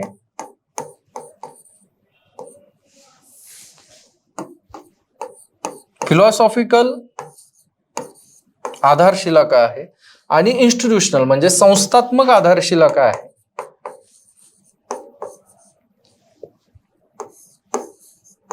ह्या दोन्ही गोष्टींवरती तुम्हाला त्या ठिकाणी भर देणं गरजेचं आहे. तुम्ही नेमकं ह्याला ग्रॅनविल ऑस्टिन कोणत्या कन्सेप्टमध्ये बघता आहेत ते देखील तुम्हाला त्या ठिकाणी लिहिणं गरजेचं आहे. याच्यामध्ये तुम्हाला हे फक्त भारतीय संविधान हे फक्त काय कायद्याची संहिता आहे का, कायद्यांचं कोडिफिकेशन आहे का, फक्त काही आर्टिकल्सचं एक जुगाड आहे का, तर अर्थातच नाही. पण भारतीय संविधानाला भारतीयांच्या जीवन पद्धतीवरती प्रभाव टाकणारा एक घटक त्या ठिकाणी मानतो. आता भारतीय संविधान नेमकं फक्त कायद्यांची संहिता नाही हे तर तुम्हाला माहित आहे. फक्त दस्तावेज आहे का, तर अर्थातच नाहीये. तर एक राष्ट्राची दूरदृष्टी आहे, त्याच्यामध्ये एक मूल्य आहे. ते मूल्य कोणते आहेत, तर फॅटर्निटीचं मूल्य आहे. तुमच्या प्रिअम्बलमध्ये खूप चांगल्या प्रकारचे मूल्य तुम्हाला स्वातंत्र्य, समता, बंधुभाव, त्याच्यानंतर फॅटर्निटीचं जे संकल्पना आहे, इहेवादाची म्हणजे धर्मनिरपेक्षतेची आहे, समाजवादी मूल्य व्यवस्था आहे. तर बेसिकली भारतीय कॉन्स्टिट्यूशन हे काय फक्त एक वेगवेगळ्या कलमांचं सांगड घातलेलं एक दस्तावेज नाहीये, तर ते भारतीयत्व काय आहे, भारतीय राष्ट्रराज्य कसं असायला हवं, भारत इथून पुढच्या 50, 60, 100 वर्ष कोणत्या तत्वांना घेऊन पुढे जाणार आहे, ह्या सगळ्यांचा मिलाप आहे. आणि हे सगळ्यांचं एक जे व्हिजन होतं आपल्या ज्या स्वातंत्र्य चळवळीतल्या जे काही आपले फोरफादर्स होते, या भारताच्या फोरफादर्सचं हे एक त्या ठिकाणी व्हिजन्स आहे, फोर मदर्सचं हे एक व्हिजन आहे आणि त्यांनी ठरवून दिलेला एक मार्ग आहे जो भारताच्या राष्ट्र म्हणून जी भारताची आधारशिला आहे, जो आधार आहे, पाया आहे, त्याच्यावरती ते बिल्ड त्या ठिकाणी झालेलं आहे. याच्यामध्ये सामाजिक न्यायाचं तत्व आहे, DPSP थ्रू सामाजिक न्यायाचं कसं आहे, राजकीय न्याय कसा दिला जातो आहे, जो ज्याच्यात फंडामेंटल राईट्स आहे, फंडामेंटल ड्युटीच्या माध्यमातून काय केलं जातं आहे, त्यातनं कसं नागरिकांची सिव्हिक जे काही कर्तव्य आहेत ते कसे अधोरेखित केल्या जात आहेत आणि ह्याची एक तात्विक बाजू काय आहे हे देखील तुम्हाला या ठिकाणी या प्रश्नामध्ये उलगडून दाखवणं गरजेचं होतं. 2 प्रश्न राहिलेले, 2चे 3 म्हणजे 6 प्रश्न राहिले. थोडक्यात घेऊयात आणि मग हे लेक्चर देखील त्या ठिकाणी संपणार आहे.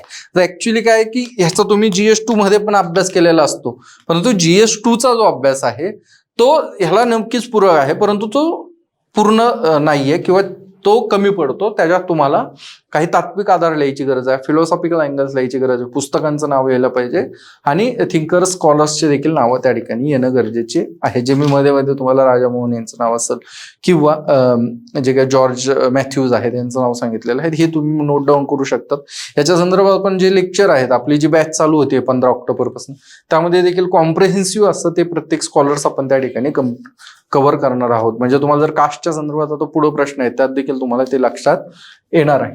आता 7वा एक आहे, does the actual working of Indian federalism confirm the centralise tendency in Indian polity, give reasons to your answer.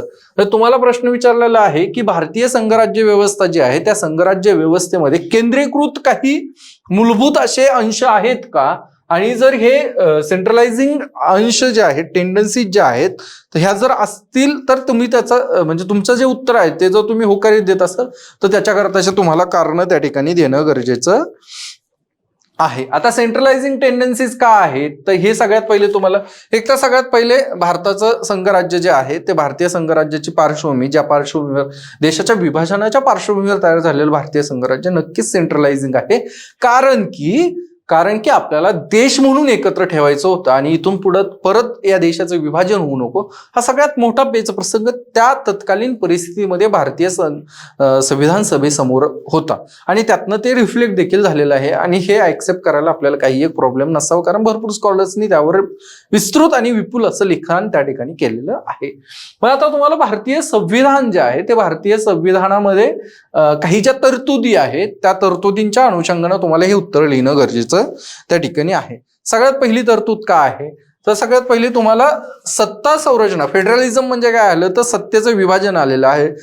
ज्या काही आपल्या 7व्या परिशिष्टीमधल्या 3 लिस्ट आहेत त्याचा रेफरन्स तुमच्या उत्तराच्या सुरुवातीला येणं गरजेचं आहे. आणि ह्यातलं सगळ्यात महत्वाचं जे आहे ते समावर्ती सूची जी आहे त्या समावर्ती सूचीच्या अनुषंगानं तुम्हाला चर्चा करणं अपेक्षित आहे. आणि समावर्ती सूचीच्या संदर्भामध्ये तुम्हाला माहित आहे की जे अधिकार आहेत ते केंद्राला जास्त अधिकार आहे राज्यापेक्षा. म्हणजे केंद्र सरकार जे आहे ते केंद्र सरकार जास्त अधिकार त्या ठिकाणी अंमलात त्यांना, म्हणजे जर 2 कॉन्फ्लिक्टिंग ऍक्ट असेल तर केंद्र त्या ठिकाणी ग्राह्य धरले जातं, केंद्राचा कायदा ग्राह्य धरला, नियम ग्राह्य धरले जाते. म्हणजे हे झालं पहिलं. तुम्ही समावर्ती सूचीमध्ये आणि नंतर कॉन्स्टिट्यूशन अमेंडमेंट करून समावर्ती सूचीतले विषय देखील वाढलेले आहेत, हे देखील तुम्ही त्या ठिकाणी नमूद करू शकता. त्याच्यानंतर आणीबाणीचा एक जे प्रसंग, जी काही तरतूद आहे त्या आणीबाणीच्या संदर्भात, विशेषतः राष्ट्रीय आणीबाणीच्या संदर्भात जी काही राज्यांची सत्ता आहे ती राज्यांची सत्ता कशी नष्ट होऊन जाते हे तुम्ही त्या ठिकाणी लिहू शकता. त्याच्यानंतर आणखीन काय आहे, त्याच्यानंतर तुम्ही राज्यपाल जे आहे, केंद्र नियुक्त राज्यपाल जे आहेत ते कसं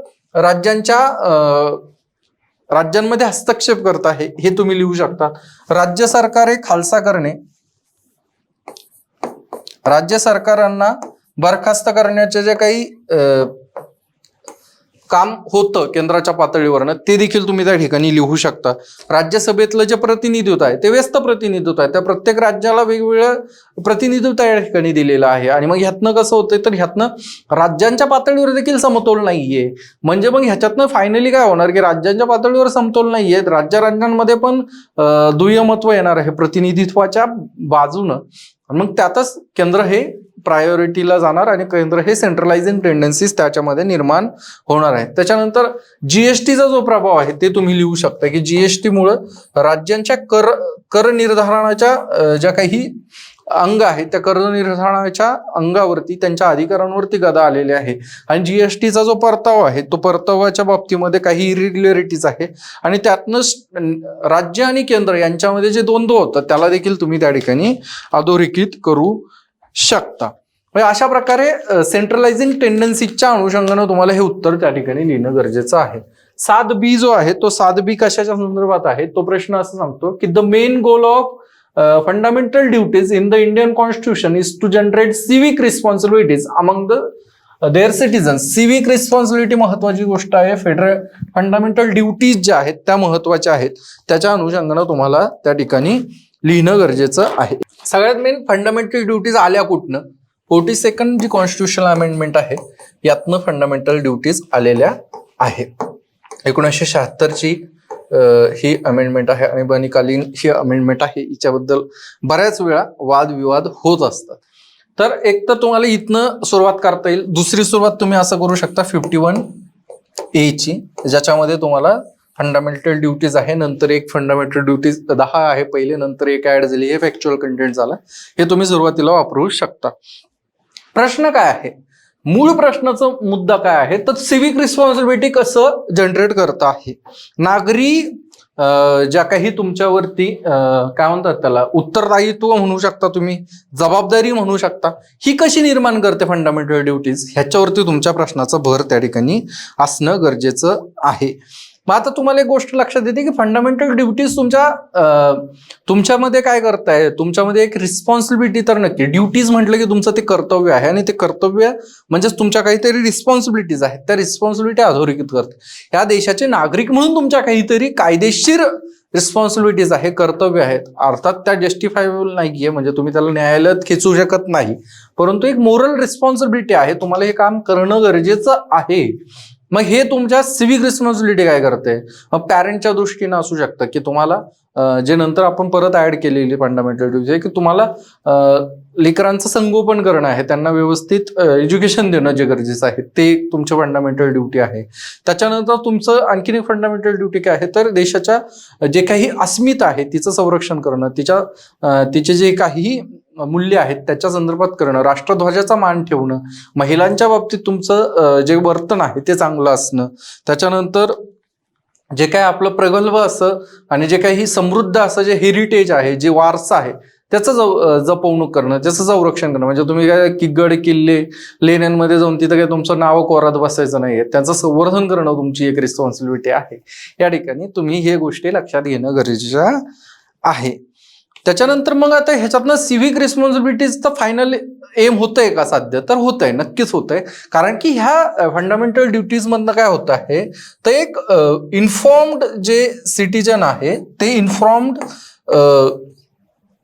सिटीजन नागरिक त्या ठिकाणी निर्माण होत आहेत आणि हे जे नागरिक आहेत हे त्यांच्या रिस्पॉन्सिबिलिटीची जाणीव ठेवणारे आहेत आणि त्या रिस्पॉन्सिबिलिटीच्या जाणीवेतनं तुम्ही कुठंतरी खूप चांगल्या प्रकारे कार्य करू शकतात आणि हे तुमच्यातलं नागरिकत्व, नागरी उत्तरदायित्व, जबाबदाऱ्यांना अधोरेखित त्या ठिकाणी करतं. त्याच्यानंतर 7C जो आहे तो काय आहे, तर डॉक्टर आंबेडकरच clarion call educate, agitate and strategize the Dalit movement towards achieving civil liberty. Discuss. सगळ्यात महत्वाचं काय आहे, शिका, संघटित व्हा आणि संघर्ष करा. हे आंबेडकरांचा जो विचार आहे तो विचार कशा प्रकारे त्या ठिकाणी एक दिशा देण्याचा प्रयत्न करतो आहे आणि कशाला दिशा देणार आहे, तर दलित चळवळ जी आहे त्या दलित चळवळीला कशी एक दिशा दिलेली आहे आणि हे आंबेडकरां स्वतः असताना देखील त्यांच्या कृतीतनं ते कसं दिसून आलं ह्याच्यावरती तुम्हाला या ठिकाणी चर्चा करणं अपेक्षित आहे. सगळ्यात मेन तुम्हाला असे प्रश्न ज्यावेळेस येतात त्यावेळेस तुम्ही खुश व्हायचं, कारण की इथे एक तर तुम्हाला हा प्रश्नातलं जे शिका, संघटित व्हा, संघर्ष करा हे लहानपणापासून ऐकलेलं आहे, तुम्हाला एक बेसिक आयडिया आहे.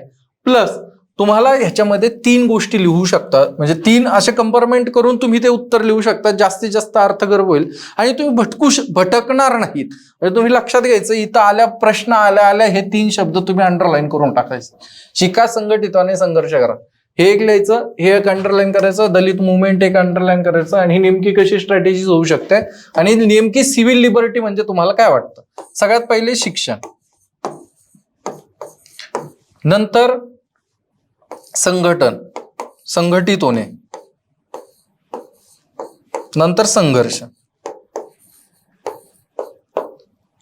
आता तुम्हाला एक गोष्ट लक्षात घेणं गरजेचं आहे की जी दलित चळवळ आहे किंवा दलित जे आहेत भारतातले जे शेड्यूल कास्ट आहेत त्यांच्याकरता ते वंचित समूह आहे आणि वंचित समूहाकडे संसाधनाची कमतरता आहे. संसाधनाची कमतरता आहे त्यामुळं ते काही जन्मतः श्रीमंत नाहीये. मग त्यांचं श्रीमंती कशात येऊ शकते तर शिक्षण घ्या आणि सक्षम व्हा. शिक्षण घेतलं की तुम्ही सक्षम होणार. तुम्ही शिक्षणातनं तुम्ही संसाधनं जमा करण्याचा तुम्हाला एक राजमार्ग आहे. मग तुम्ही शिक्षणावर जे कॉन्सन्ट्रेशन करशाल ते कॉन्सन्ट्रेशन तुम्हाला शिक्षण हे गरजेचं कसं आहे हे तुम्ही सांगू शकता. दलित मुवमेंटना नंतर शिक्षणावरती जो भर दिलेला आहे त्याच्यावर तुम्ही ते त्या ठिकाणी लिहू शकता. संघटितचं काय आहे, आंबेडकरांनी संघटनेच्या संदर्भामध्ये काय केलं आणि शिक्षणाच्या संदर्भात जे आरक्षणाची तरतूद आहे त्याच्यामध्ये ती देखील तुम्ही तिथं नमूद करू शकता. संघटित व्हामध्ये आंबेडकरांनी स्वतः देखील एक संघटना स्थापन केली. शेड्यूल कास्ट फेडरेशन असेल किंवा त्यांची जी RPI रिपब्लिकन पार्टी ऑफ इंडियाची जी संकल्पना होती जी सत्यात उतरली ना नंतर ती सत्यात उतरली आणि तिची आता जी काही वाताहत होत आहे किंवा त्याच्यात जे काही फ्रॅगमेंटेशन झालेलं आहे त्याच्यावरती तर तुम्ही लिहायची गरज नाही. तुम्हाला फक्त संघटित कसं झालं आहे, आंबेडकरांनी स्वतः कसं फॉलो केलं आणि त्याच्यानंतर देखील ज्या संघटना आलेल्या आहेत, दलित पॅन्थर सारखी संघटना असू शकते.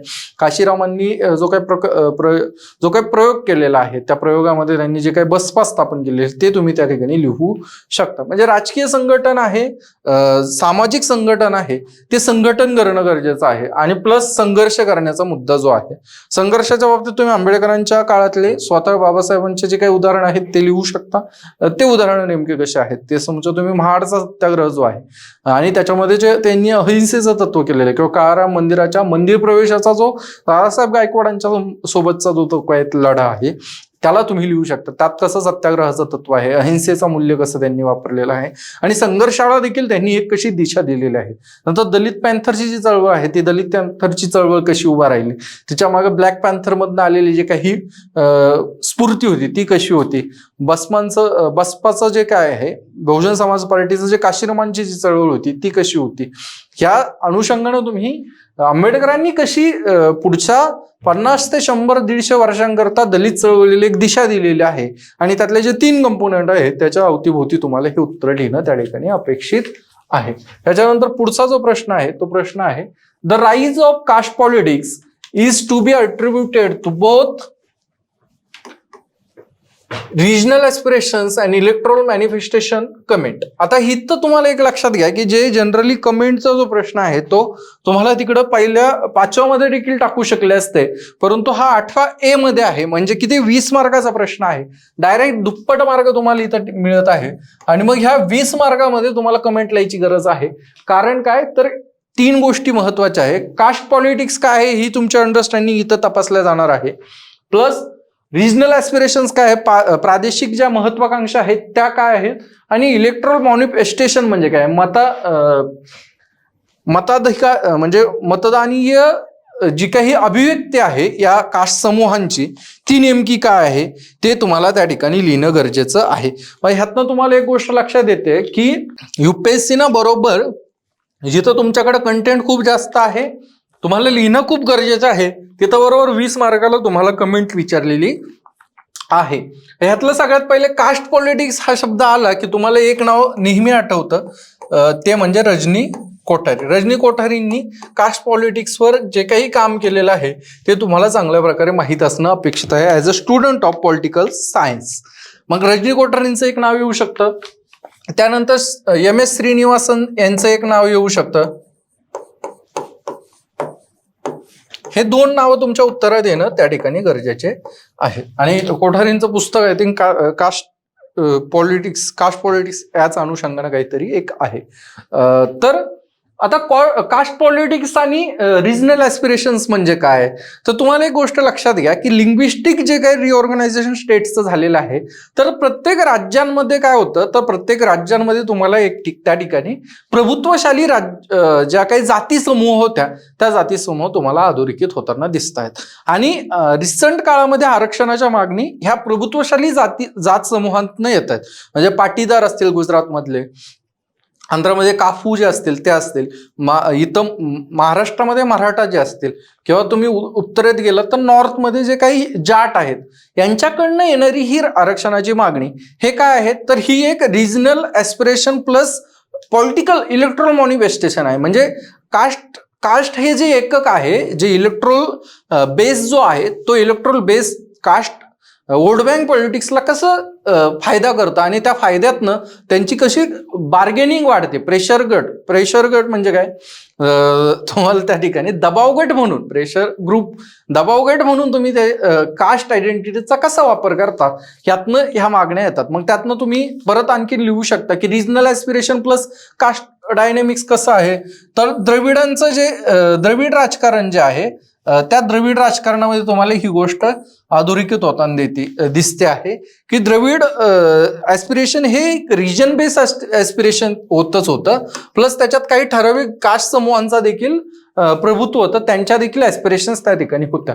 प्लस त्याच्यानंतर तुम्ही जे काही समाजवादी राजकारण आहे, त्या समाजवादी राजकारणामध्ये यादवांचं जे इन्फ्लुएन्स आहे आणि उत्तर भारतातल्या विशेषतः बिहार आणि उत्तर प्रदेशच्या ह्या पट्ट्यामध्ये हे जे काही राष्ट्रीय जनता दलाचं राजकारण असेल, समाजवादी पक्षाचं राजकारण असेल, ह्या राजकारणाला त्या ठिकाणी असलेला जो काही रिजन प्लस कास्ट पॉलिटिक्सचा आणि त्याच्यातनं ते मंडल कमिशनच्या नंतर जे ओबीसी कन्सोलिडेशन झालं त्याचा कसा फायदा झाला हे तुम्ही त्या ठिकाणी लिहू शकता. प्लस कास्टच्या बेसवर आणखीन एक महत्वाचं उदाहरण आहे राष्ट्रीय लोकदलाचं, RLDचं. तर हे राष्ट्रीय लोकदल काय करतं, तर हे जाट, विशेषतः जाट प्रफुल्ल जे वेस्टर्न युपीचा जो पोर्शन आहे, त्या वेस्टर्न युपीच्या पोर्शनमध्ये त्याचा खूप महत्वाचा असा रोल त्या ठिकाणी आहे. ते देखील तुम्ही त्या ठिकाणी लिहू शकता. महाराष्ट्राच्या दृष्टीने जर बघितलं तर महाराष्ट्रात रिपब्लिकन पार्टीच्या संदर्भात नंतर झालेले गट आणि त्याच्या अगोदर आलेली दलित पॅन्थर ही कसं कास्ट पॉलिटिक्सला असर्शन करणारी आहे, किंवा समता परिषद कसं एका कास्ट स्पेसिफिकला असर्ट करणारी आहे. त्याच्यानंतर मराठा क्रांती मोर्चाच्या अनुषंगाने जे काही कास्ट पॉलिटिक्स आणि त्यातनं मग ते जे ॲस्पिरेशन आहे इलेक्ट्रोली आम्ही कसं एक दबाव गट आहोत याच्या संदर्भातले जे असर्शन आहेत ते असर्शन देखील तुम्ही ह्या उत्तरामध्ये नमूद करू शकता. म्हणजे ह्याच्यात तुम्हाला कमेंट करण्याकरता खूप कंटेंट आहे आणि तुम्हाला तो व्यवस्थित सिंक्रोनाइज विथ रिजनल त्याचे वेगवेगळे जे रिजन्स आहेत ते रिप्रेझेंट होणारा त्या ठिकाणी असणं अपेक्षित आहे. म्हणजे साऊथ झालं, नॉर्थ झालं, वेस्ट झालं आणि ईस्ट झालं, या सगळ्या पोर्शनला तुम्ही त्या ठिकाणी कव्हर करणं गरजेचं आहे. त्याच्यानंतर पुढचा जो प्रश्न आहे तो प्रश्न तुम्हाला बघणं गरजेचं आहे, तो म्हणजे द डिकेड 1989 to 1990, म्हणजे हे या 10 वर्षाचा कालखंडामध्ये has catered the epochal shift to Indian party system. भारतीय पक्ष व्यवस्थेच्या संदर्भात हा प्रश्न आहे आणि तो कुठं आहे तर national level. At the national लेवलला हा जो शिफ्ट आहे तो शिफ्ट नेमका काय आहे आणि identify the major national trends in the party system during this era. म्हणजे 2 प्रश्न तुम्हाला इथं हे अधोरेखित करणं गरजेचं आहे की 2 प्रश्न वेगवेगळे आहेत. एक प्रश्न हा तुम्हाला त्यातले ट्रेंड सांगायचे आहे, नॅशनल ट्रेंड सांगायचे आहे पार्टी सिस्टीम मधले, आणि पहिला जो ट्रेंड आहे, पहिला जो प्रश्न आहे तो शिफ्ट कसा आहे त्याचा तुम्हाला एक गोष्ट लक्षात येणं गरजेचं आहे. हा इपोकल शिफ्ट म्हणजे युगांतरकारी, म्हणजे एक काय म्हणता येईल युगांतर झालेला आहे, एक बदललेला, एक पूर्ण युगच बदलत आहे असा हा जो शिफ्ट आहे तो नेमका काय आहे. तुम्ही एक गोष्ट लक्षात घ्या, याच्या अगोदर 89च्या अगोदरचे जे इलेक्शन्स आहेत ते तुमच्या डोक्यात असणं गरजेचं आहे. 79 त्याच्यानंतर 84चं जे इलेक्शन आहे आणि ह्याच्यात जे काँग्रेसचं जे काही सत्ता आलेली आहे, तर ह्या काँग्रेसच्या सत्तेमध्ये एकपक्षीयत्व होतं आणि एकपक्षीयत्व म्हणजे फक्त काँग्रेसची सरकार होते आणि फुल मेजॉरिटी होते. 84ला तर इंदिरा गांधींच्या दुर्दैवी निधनाच्या नंतर जे काही सत्ता परिवर्तन झालं होतं, जे काही इलेक्शन झालं होतं, त्या इलेक्शनमध्ये सत्ता परिवर्तन नाही, इलेक्शन जे झालं होतं, निवडणूक जी झाली होती त्याच्यामध्ये राजीव गांधींना लँडस्लाइड मेजॉरिटी मिळालेली होती आणि ही जी मेजॉरिटी ती आतापर्यंत कोणालाच अचीव्ह करता आली नाही अशा प्रकारची होती. मग ही मेजॉरिटी ह्याच्यातनं एकपक्षीय प्रभुत्व होतं, काँग्रेस सिस्टीमचं वर्चस्व होतं. परंतु 89ला काय झालं, व्हीपी सिंगांचं सरकार आलं, व्हीपी सिंगांच्या नंतर नरसिंह रावाचं सरकार आलं, ते देखील कोलेशन पॉलिटिक्स बेस सरकार होतं. त्याच्यानंतर मग देवगौडा होतात, त्याच्यानंतर तुम्हाला चंद्रशेखर दिसतात, त्याच्यानंतर तुम्हाला अटल बिहारी वाजपेयी 10 दिवसाचं त्यांचं एक सरकार आहे ते दिसतं आहे. तुम्हाला या कालखंडामध्ये पटापट गुजरालांचं एक कालखंड आहे, ह्याच्यामध्ये तुम्हाला त्या ठिकाणी पटापट जे काही प्रधानमंत्री आहेत ते बदलताना दिसत आहे आणि भारताचं राजकारण राष्ट्रीय स्तरावरती पक्षीयपासनं कुठंतरी आघाडींच्या राजकारणाकडे जाणारं, आघाडींच्या युतींच्या राजकारणाकडे जाणारं त्या ठिकाणी या दशकामध्ये दिसून येतं. मग ह्याच्यातनं मग तुमच्या पुढं लक्षात येतं की ह्याचा पुढं देखील इफेक्ट होता, तो म्हणजे एनडीए आणि युपीए.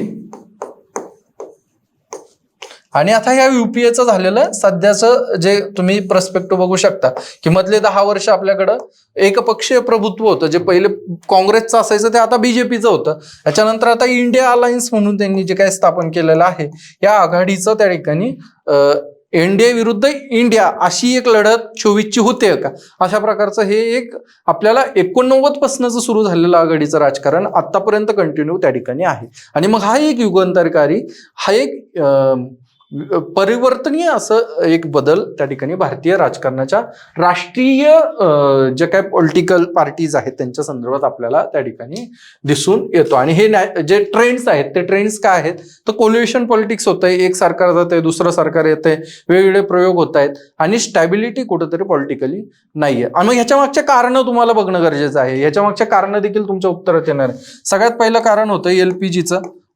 मनमोहन सिंग यांच्या हे अर्थमंत्री असताना त्यांनी जे एलपीजीचं खाऊजा धोरण आहे, खाजगीकरण उदारीकरणचं जागतिकीकरणाचं धोरण अवलंबलेलं आहे, त्यातनं भारतीय अर्थव्यवस्था मुक्त व्यवस्थेकडे मार्गक्रमण करत होती. त्याच्यानंतर पुढचं जे होतं तो मंडल कमिशनचं होतं.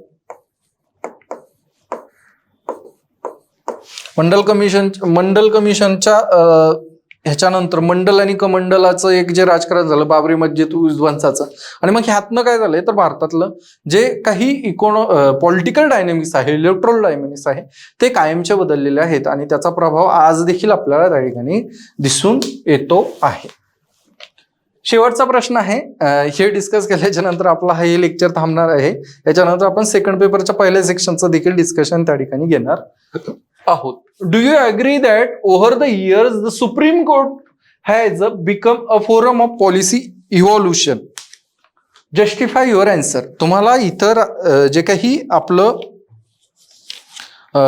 सुप्रीम कोर्ट आहे, सर्वोच्च न्यायालय आहे, त्या सर्वोच्च न्यायालयाच्या संदर्भामध्ये उत्तर लिहिणं आहे. आणि ते काय आहे, तर क्या आप इस बात से सहमत है कि विगत कुछ वर्षों में सर्वोच्च न्यायालय एक नीति विकास मंच के रूप में निर्मित हुआ है? म्हणजे पॉलिसीज डेव्हलप करत आहे का, पॉलिसीज ठरवण्याचं काम सुप्रीम कोर्ट त्या ठिकाणी करत आहे का, या टोनमध्ये हा प्रश्न तुम्हाला विचारलेला त्या ठिकाणी आहे. आता ह्या प्रश्नात तुम्हाला उत्तर लिहायचं आहे, तर तुम्ही काय सांगू शकता की एक तुम्हाला 2 कन्सेप्ट माहीत असणं गरजेचं आहे. एक काय आहे, न्यायालयीन सक्रियता, ज्याला तुम्ही इंग्लिशमध्ये ज्युडिशियल ऍक्टिव्हिजम म्हणतात. आणि दुसरी काय आहे, न्यायालयीन अधिक्षेप म्हणजे ज्युडिशियल ओव्हररीच. इथं काय असतं की सक्रियतेत काय असतं की सर्वोच्च न्यायालय कुठंतरी आपल्या कार्यक्षेत्राच्या अंतर्गत राहूनच केंद्र सरकारला आणि राज्य सरकारना काही कार्य करण्याकरता भाग पडतं. पण ओव्हररीच मध्ये काय असतं, अधिक्षेप मध्ये काय असतं, तर कुठंतरी हे सर्वोच्च न्यायालय तिच्या निर्धारित सीमेच्या पलीकडे जाऊन धोरण निर्मितीमध्ये इन्फ्लुएन्स करण्याचा प्रयत्न त्या ठिकाणी करतं. जर एक बेस्ट एक्झाम्पल होतं की 500 जे हायवेज आहेत त्या हायवेच्या 500 मीटरच्या नंतरच तुम्ही दारू विक्री करू शकता. दोन्ही हायवेच्या दोन्ही साईडनं 500 मीटरच्या पलीकडे. हे काय झालं, तर हे एक धोरण होतं. हे ऍक्च्युअल मध्ये तुमच्या एक्साईज डिपार्टमेंटना किंवा राज्य सरकारांनी हे धोरणं ठरवायला पाहिजे, परंतु हे धोरणं ठरवत नाही, यांच्या संबंध कुठेतरी कारणीभूत राहतात. मग सुप्रीम कोर्टमध्ये येतं आणि सुप्रीम कोर्ट ह्या प्रकारचे काम करायला सुरुवात करतं. आता हे पूर्णतः सुप्रीम कोर्टाची चूक आहे की ह्याच्यात राज्य सरकारचं देखील काही इन्फ्लुएन्स आहे, त्यांचे देखील काही प्रॉब्लेम्स आहेत, हे देखील तुम्हाला त्या ठिकाणी लिहिता येऊ शकतं. ह्याच्यामध्ये तुम्हाला सगळ्यात महत्वाचं काय आहे, तुम्हाला PIL चा कन्सेप्ट माहित असणारच आहे. जनहित याचिका, पब्लिक इंटरेस्ट लिटिगेशन जे आहेत, ह्या पब्लिक इंटरेस्ट लिटिगेशनच्या नंतर जे काही सुप्रीम कोर्टामध्ये हे पब्लिक इंटरेस्ट लिटिगेशन आल्यात, त्या भारताच्या धोरण निर्मितीला दिशादर्शक ठरवणारे निकाल तिथनं यायला सुरुवात झालेली आहे. आणि पब्लिक इंटरेस्ट लिटिगेशन हे एक कळीचा मुद्दा आहे की ज्यानं भारतीय सर्वोच्च न्यायालयात धोरण निर्मिती संस्थेकडे झुकवणार, न्यायदानापासून धोरण निर्मिती संस्थेकडे जाण्याचा एक मार्ग सुकर केलेला आहे. त्याच्या अनुषंगानं उपेंद्र बक्षी जे आहेत ते काय सांगतात की public interest law in actions म्हणजे ते PIL ला डायरेक्ट पब्लिक इंटरेस्ट लॉज कडे घेऊन जाणार. लिटिगेशन येत नाहीये, तुम्ही काय फक्त याची करत नाही, इथनं डायरेक्ट कायदेच निर्माण व्हायला लागलेत असं त्यांचं त्या ठिकाणी आकलन आहे, त्यांचं त्या ठिकाणी मांडणी आहे. त्याच्यानंतर तुम्हाला बेसिक स्ट्रक्चर डॉक्ट्रिनचा एक रेफरन्स देता येईल की बेसिक स्ट्रक्चर डॉक्ट्रिन मधनं कसं केंद्राच्या म्हणजे एक्झिक्युटिव्हच्या कार्यपालिकेच्या अधिकार क्षेत्रावरती कंट्रोल आणि त्यांना एक दिशा देण्याचं काम त्या ठिकाणी झालेलं आहे. आर्टिकल 21च्या संदर्भात जे काही राईट टू लाईफचा जो कन्सेप्ट आहे त्याच्यात मनेका गांधी यांची केसचा रेफरन्स तुम्हाला देता येऊ शकतो. त्यातनं कसं ह्युमन डिग्निटीच्या संदर्भामध्ये राईट टू लाईफच्या सोबतच ह्युमन डिग्निटी कशी महत्वाची आहे याच्या अनुषंगाने मांडलेली गोष्ट तुम्हाला होते. त्याच्यानंतर पर्यावरणाच्या दृष्टीनं खूप महत्वाचं काम सर्वोच्च न्यायालय त्या ठिकाणी करताना दिसत आहे आणि त्याकरता तुम्हाला MC Mehta versus union of स्टेटचे जे युनियन ऑफ इंडियाची जी केस आहे त्या केसचा रेफरन्स देता येईल आणि पर्यावरण पूरक कसे कायद्यांच्या संदर्भामध्ये त्या धोरणांच्या संदर्भामध्ये सर्वोच्च न्यायालयानं भूमिका घेतलेली आहे. आणि हे सर्व लिहिताना शेवटाकडे तुम्हाला हे देखील लिहिता येऊ शकतं की जे सत्ता संतुलन आहे हे भारतीय संविधानाचं मूलतत्व आहे आणि हे सत्ता संतुलनाला जरी त्या संविधानाचं संरक्षक म्हणून सर्वोच्च न्यायालयानं देखील ते पाळणं गरजेचं आहे. आणि धोरण निर्मितीचा जो अधिकार आहे तो धोरण निर्मितीचा अधिकार एक्झिक्युटिव्हचा आहे, त्या अधिकारामध्ये अधिक्षेप करणं गरजेचं नाही आणि हे अधिक्षेप होऊ नये याकरिता केंद्र जे आहे, जे कार्यपालिका आहे, हिना देखील आपले धोरण निर्मिती कशी कालसुसंगत, नैतिक, त्याच्यानंतर समाजाभिमुख आणि लोककल्याणकारी असेल याकरता देखील कार्य करणं गरजेचं आहे, याचा विचार करणं गरजेचं आहे. अशा प्रकारे तुम्ही ह्या प्रश्नाचं उत्तर त्या ठिकाणी परिपूर्ण करू शकता. अशा प्रकारे आपण आज या ठिकाणी दोन्ही पेपर 1च्या दोन्ही सेक्शन त्या ठिकाणी डिस्कस केलेलं आहे. पेपर 2चे दोन्ही सेक्शन देखील आपण नक्कीच डिस्कस करणार आहोत. तुम्ही कंटिन्युअसली आमच्या चॅनलवर येत राहा, तुम्हाला नवीन नवीन अपडेट्स मिळेल. त्याच्याकरता तुम्ही चॅनल सबस्क्राईब करू शकता, त्याला बेल आयकॉन दाबू शकता, तुम्हाला ते कंटिन्युअस नोटिफिकेशन येणं गरजेचं त्या ठिकाणी आहे. आणि आपली जी बॅच चालू होती राज्यशास्त्र आणि आंतरराष्ट्रीय संबंध ती 15 ऑक्टोबरपासून चालू होती. त्याच्याबद्दल तुम्हाला कंटिन्युअस अपडेट आपल्या टेलिग्राम चॅनल्सवर देखील मिळणार आहेत, ज्याचे डिस्क्रिप्शनमध्ये लिंक आहेत, त्याच्यावर तुम्ही जाऊन बघू शकता. UPSC इन मराठी तुम्ही सर्च करू शकता, ते देखील तुम्हाला टेलिग्रामवर भेटेल. ट्विटरवर पण आपण आहोत. PSIR करता आपलं सेपरेट ग्रुप आहे, PSIR_in मराठी म्हणून, याच्यावरती जा, टेलिग्रामला जॉईन व्हा. तिथं तुम्हाला कंटिन्युअस अपडेट मिळतील, नोट्स मिळतील, वेगवेगळे आर्टिकल्स, चालू घडामोडी, हे सगळं काही तुम्हाला त्या ठिकाणी मिळणार आहे. आणि डेडिकेटेडली आपण मराठी माध्यमातून जे पोरं तयारी करतायत, जे विद्यार्थी तयार करतायत, त्यांच्याकरता आपण नेहमी कंटेंट त्या ठिकाणी जनरेट करणार आहोत. भेटूयात पुढच्या लेक्चरमध्ये. तोपर्यंत काळजी घ्या. धन्यवाद. थँक्यू.